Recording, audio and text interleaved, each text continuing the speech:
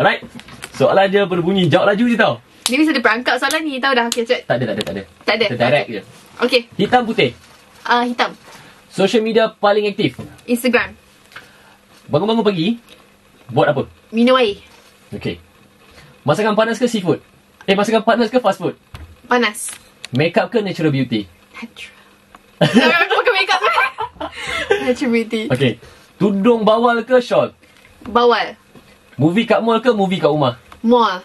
Ha? Mall. Mall. Kuih raya, kuih bangkit? Kuih raya. Kuih bangkit. Kuih bangkit berapa? Okay. Kuih bangkit sejenis kuih. Lain. Oh, lain. Drama Korea ataupun drama Jepun? Dua-dua tak. Korea. Salman Khan, Shah Rukh Khan? Salman Khan. Abam ke Zizan? Zizan. Abang ke Zizan. Alright. Okay, itu je. Soalan kita itu. Make it short. Sedang. Soalan hujung tu je lah. Tak, ada lagi. Ada lagi? Ini Suzy ada 50 soalan untuk Mira. Jawab dengan ringkas dan padat. Okay, Okay, ready? Okay, Soalan ready. pertama. Siapa lelaki kiriman Tuhan Mira? Remisa. Hati dah dimiliki ke belum? Belum. Tall, dark and handsome atau kelakar? Kenakan kita. Mana-mana pun boleh. Negara yang paling cantik di mata Mira? Negara New Zealand. Okey. Flat atau heels? Flat. Bila Mira rasa diri sangat cantik?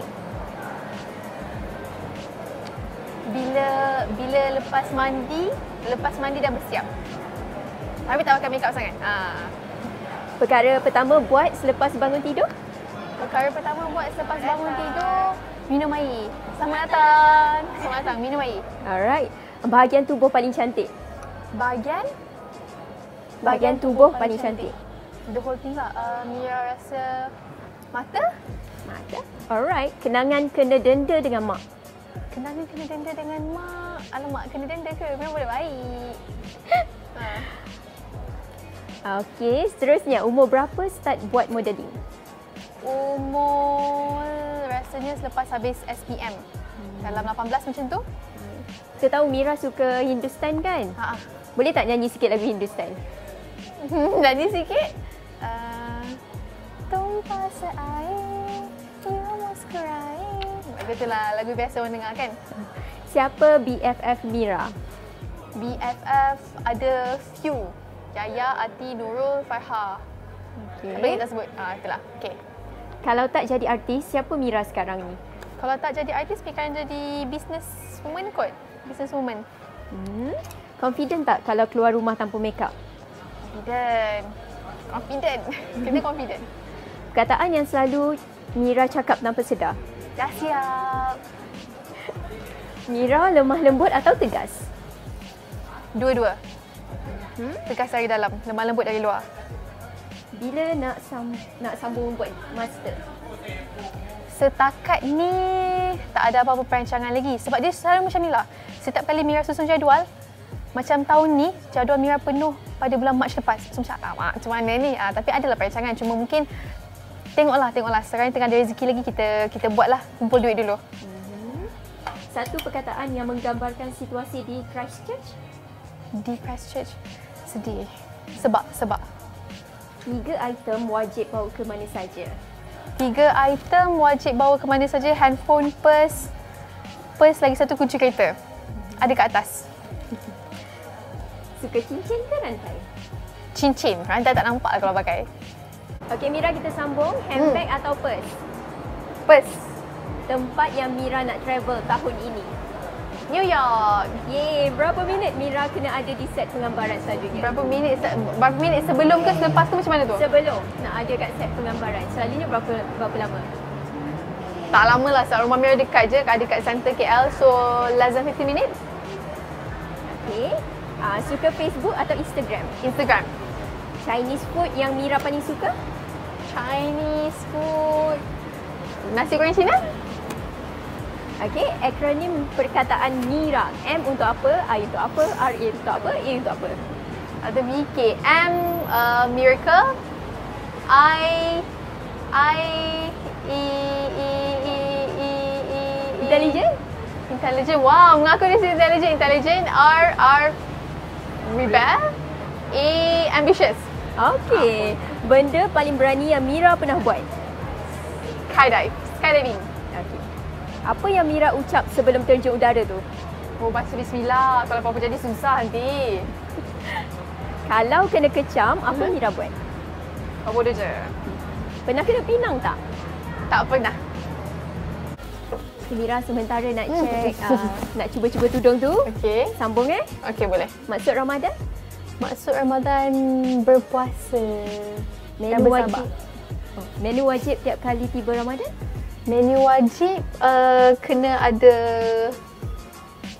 ayam percik kalau lauk. Kalau kuih kena ada tepung pelita. Suka berbuka di rumah atau di hotel? Di rumah. Umur berapa mula start belajar puasa? Umur rasanya kecil lagi. Dalam umur 6 tahun dah start belajar puasa dah. Tahun ni raya kat mana? Tahun ni raya kat Ipoh. Okey, tema raya tahun ni. Tema, tak ada tema warna lagi. Sebab nanti diorang akan tunggu Mira akan tunggu mak yang pilih warna apa baru ada tema. Bila pertama kali masak untuk family? Kalau tak ingat. Ini pertama kali. Lama lah. Adalah dulu masa kecil-kecil. Suka-suka masak. Tapi roughly tak ingat lah. Mungkin masa sekolah menengah. Alright. Pukul berapa bangun sahur? Pukul 5. Minuman pembekal tenaga ketika puasa? Milo. Buka puasa pertama dengan siapa? Buka puasa pertama dengan keluarga. Mira tanya Ustaz, kalau waktu kita solat subuh, doa kunut lupa baca, tak apa ke tak ke macam mana? Doa kunut hukum dia sunat. Kalau dalam mazhab Syafi'i sunat, maknanya yang paling tinggi hukum dia, yang paling berat hukum dia sunat saja, tidak wajib. Okey? Jadi kalau sengaja ditinggalkan, sembahyang subuh tetap sah. Tapi dalam doa dalam mazhab Syafi'i, doa kunut kalau tertinggal kena buat sujud sahwi. Tapi kalau dua-dua tak buat pun tak ada masalah. Jadi isunya sah tahu. Yes. Oh. Apa lagi? Okey, batal atau tidak wuduk jika kita bersalaman dengan bapa mertua? Tak. Sebab bapa mertua adalah lelaki yang haram dikahwini selama-lamanya. Dia punya kaedah senang saja. Lelaki dan perempuan yang haram dikahwini selama-lamanya tidak membatalkan wuduk. Yang membatalkan wuduk kalau lelaki dan perempuan boleh boleh kahwin bersama. Macam apa? Macam bulan 10 ni ada orang nak kahwin. Aku tak tahulah siapa kan. Macam itulah. Okey? Bulan 11 ke macam itulah, tengok bergantung pada COVID ni. Okey, itu satu. Ada dua jenis haram. Ada dua jenis haram. Okey? Pertama haram selama-lamanya. Yang ni tak batal wuduk. Tapi ada haram yang sementara. Contoh, Mira haram berkahwin dengan abang ipar. Dengan adik ipar. Contohnya adik kau dia kahwin dengan lelaki, kau haram berkahwin dengan dia. Tapi haram sementara. Walaupun haram, tapi sentuh batal wuduk sebab dia tak haram selama-lamanya. Okey, terus. Okey. Allah lajunya sekejap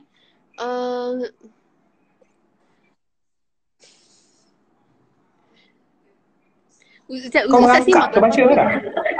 Bukan, sebab kadang banyak sangat soalan pelik-pelik Ustaz. Antara soalan pelik-pelik dia bila Ustaz nak kahwin, Ustaz tak nak simpan misai ke, apa benda. Apa pula kena mengena dengan aku pula nak tanya soalan aku nak kahwin dengan kau pula? Sebab tu saya kata apis. Ustaz kan kena marah-marah Ustaz. Okey, cepat. Kejap Ustaz. Aku baru lepas sarapan tadi, kau tak. Okey. Macam mana yang dikatakan nikah gantung dan apa hukumnya? Macam Nikah mana apa? yang dikatakan nikah gantung? Nikah gantung ni ialah nikah khitbah. Nikah gantung ni dia macam ni tau.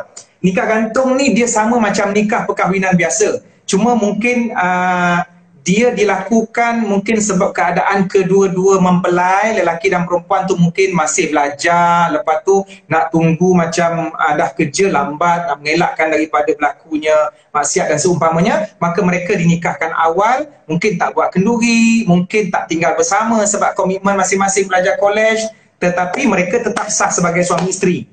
Cuma dari segi nafkah, ada perbahasan, ada kewajipan yang digugurkan sementara waktu. Contohnya isteri tak boleh nak komitmen untuk masak suami dan suami tak boleh bagi nafkah sebab dia orang ni masih belajar. Selalunya nikah gantung ni mungkin di kalangan orang kata remaja-remaja macam tu ataupun orang yang perlu nikah. Student lah. Student lah yang tak kerja lagi. Okay, faham. Hmm. Kalau kita solat, kita gerak daripada 3 kali. Gerak sikit daripada 3 kali, batal ke tak solat kita? Okey, kalau gerak, okey. Kalau bergerak tu, kalau bergerak itu ada tujuan, walaupun lebih daripada 3. Kata tujuan yang orang kata tujuan yang mendesak lah macam tu lah, yang perlu lah. Jadi walaupun lebih daripada 3 kali tak ada masalah. Tapi kalau tak ada tuntutan langsung, maka pergerakan yang banyak yang menampakkan dia seolah-olah macam semayang ke tak semayang ni, maka boleh membatalkan solat. Contohnya pergerakan yang perlu ni macam gempa bumi, kan ada kes gempa bumi video yang viral tu, ada orang dah berlari dah, ada orang masih lagi berpegang kat situ dinding, lepas tu dia terpaksa bergerak lah keadaan bumi tu. Faham? Okey Ustaz.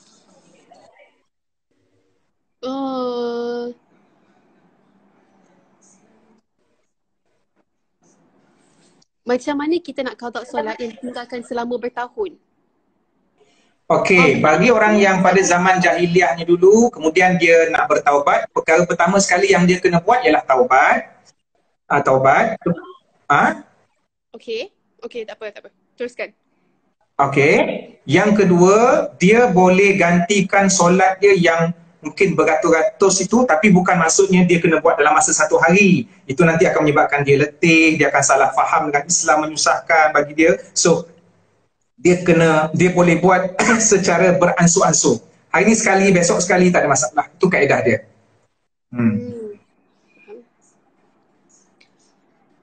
Ada yang tanya, kalau kita mati disebabkan COVID-19 ni, mati syahid ke tak?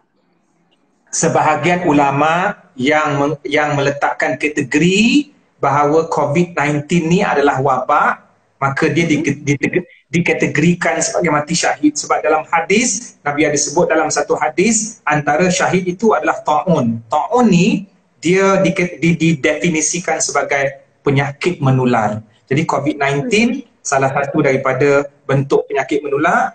InsyaAllah siapa yang wafat dalam orang kata COVID-19 ni mati syahid. Ada satu hadis lagi Mira dan semua netizen. Nabi kata kelebihan orang yang duduk di rumah tak keluar ketika penyakit wabak. Apabila dia duduk di rumah, dia berusaha untuk mengelakkan penyakit dan dia bersabar dan dia mengharapkan ganjaran Allah, insya-Allah dia dapat pahala syahid. InsyaAllah. So semua memang kena duduk rumah, kena solat, perbanyakkan solat, mengaji dan sebagainya lah. Ustaz, kalau baca Quran, baca pandai tapi mungkin ada salah sikit-sikit, masih dapat pahala ke tak? Maksudnya kalau kita baca seseorang, Nabi ada sebut apa dia? dalam satu hadis, dengar tak suara Ustaz? Suara jelas. Dalam satu hadis sahih, maksudnya barang siapa yang membaca Al-Quran dengan fasih, maka dia bersama para malaikat yang mulia. Yang kedua pula, barang siapa yang membaca Al-Quran merangkak-rangkak sebutan huruf tak betul, dia dapat 2 pahala.